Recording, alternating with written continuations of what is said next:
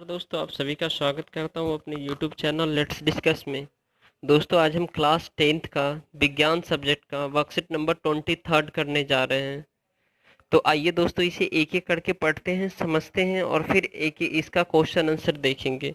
Okay friends, तो देखिए, मानव में पाचन तंत्र। पहले तो ये आप देख लीजिए दोस्तों, जैव प्रक्रम का चैप्टर है, उसी से ये जो आपका अगला जो है ना वर्कशीट है। तो मानव पाचन तंत्र क्या है? तो पाचन तंत्र, ये इसका जो फिगर है आपको बनाने के लिए आया है और आपको बनाना है बेहतर तरीके से, ठीक है। तो आइए, मानव में पाचन तंत्र क्या है? मुंह, भोजन का पाचन मुंह से में शुरू होता है, जहां इसे सरल कणों में तोड़ा जाता है। और लार में लार एमिलेस नामक एंजाइम होती है, जो मंड के जटिल अणु को सरल शर्करा में बदल देता है। अर्थात दोस्तों, जब हम भोजन करते हैं, खाना खाते हैं, तो क्या होता है, हम पहले मुंह से स्टार्ट करते हैं और उसमें मुंह के अंदर एक लार होती है।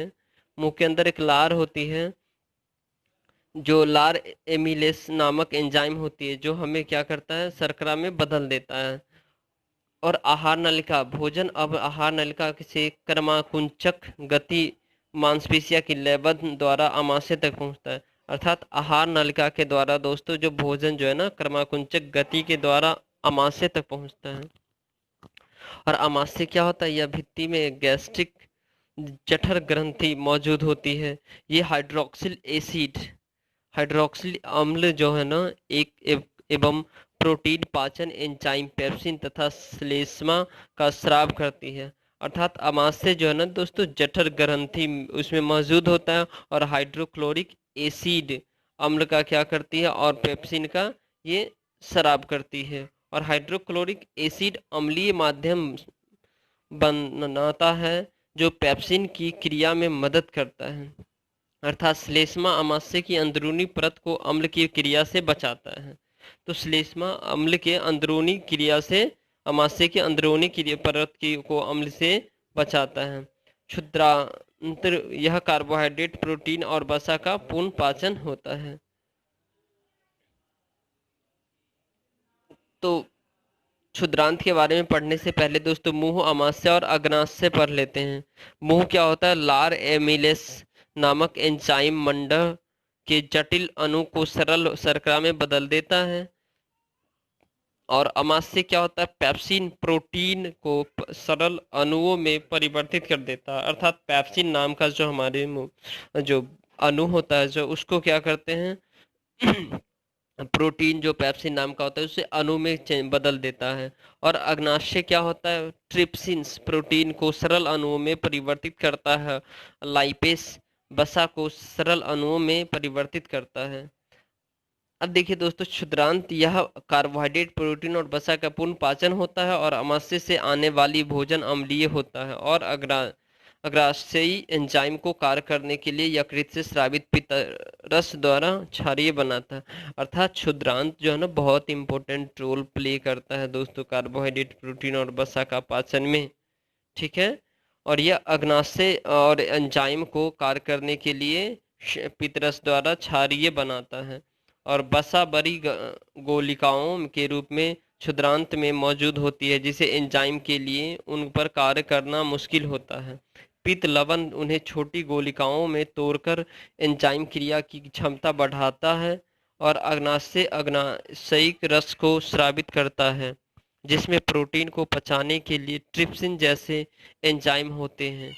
और अम्लीकृत वसा को तोड़ने के लिए लाइपेस होता है। क्षुद्रांत की भित्ति में ग्रंथियां होती है, जो आंतों के रस का स्राव करती है। इसमें मौजूद एंजाइम अंत में प्रोटीन को अमीनो अम्ल या जटिल कार्बोहाइड्रेट को ग्लूकोज में और वसा को अम्ल और ग्लिसरॉल में बदल देता है। तो आइए दोस्तों, ये इसको पढ़ने से, ये क्वेश्चन से हमारा डाउट क्लियर हो जाएगा सारा। दीर्घ रोम क्या होता है, बृहद रोम क्या होता है, ये सब भी। तो क्षुद्रांत में मौजूद किसी एक एंजाइम का नाम लिखिए और उसका कार्य लिखिए।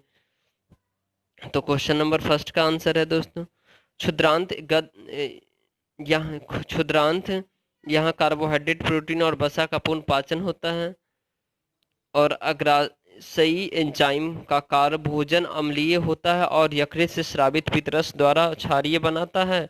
और वसा बड़ी गोलिकाओं के रूप में क्षुद्रांत में मौजूद होती है, जिसे एंजाइम के लिए उस पर कार्य करना मुश्किल हो जाता है।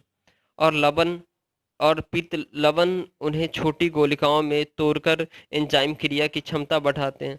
अर्थात दोस्तों, ये क्षुद्रांत जो है ना, क्या है, ये आप सिंपल से भाषा में समझिए। क्षुद्रांत एक छोटी आंत है, ठीक है दोस्तों। क्षुद्रांत एक छोटी सी आंत है, ठीक है।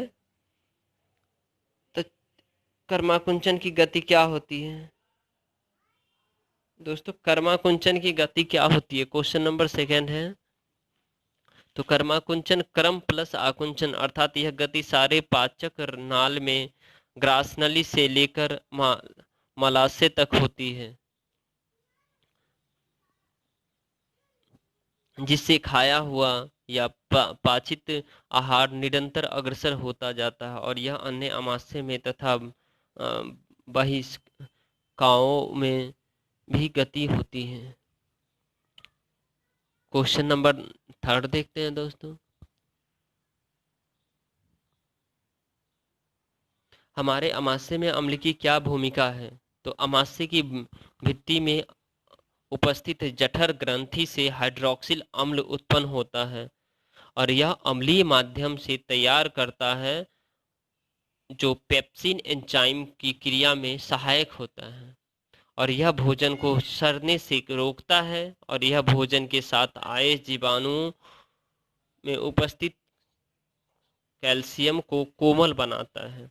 सी है, कैल्शियम को कोमल बनाता है, और यह पाइलोरिफिक छिद्र के खुलने और बंद होने पर नियंत्रण रखता है, और यह निष्क्रिय एंजाइम को सक्रिय अवस्था में लाता है।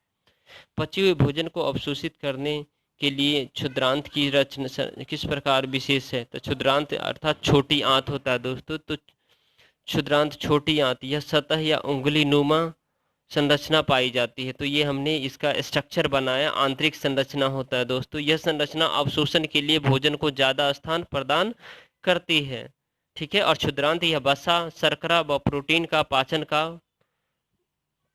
पाचन करने का कार्य करती है, जो भोजन हमारा आमाशय से निकलकर आता है और वह क्षुद्रांत की ओर जाता है, अर्थात छोटी आंत की ओर जाता है।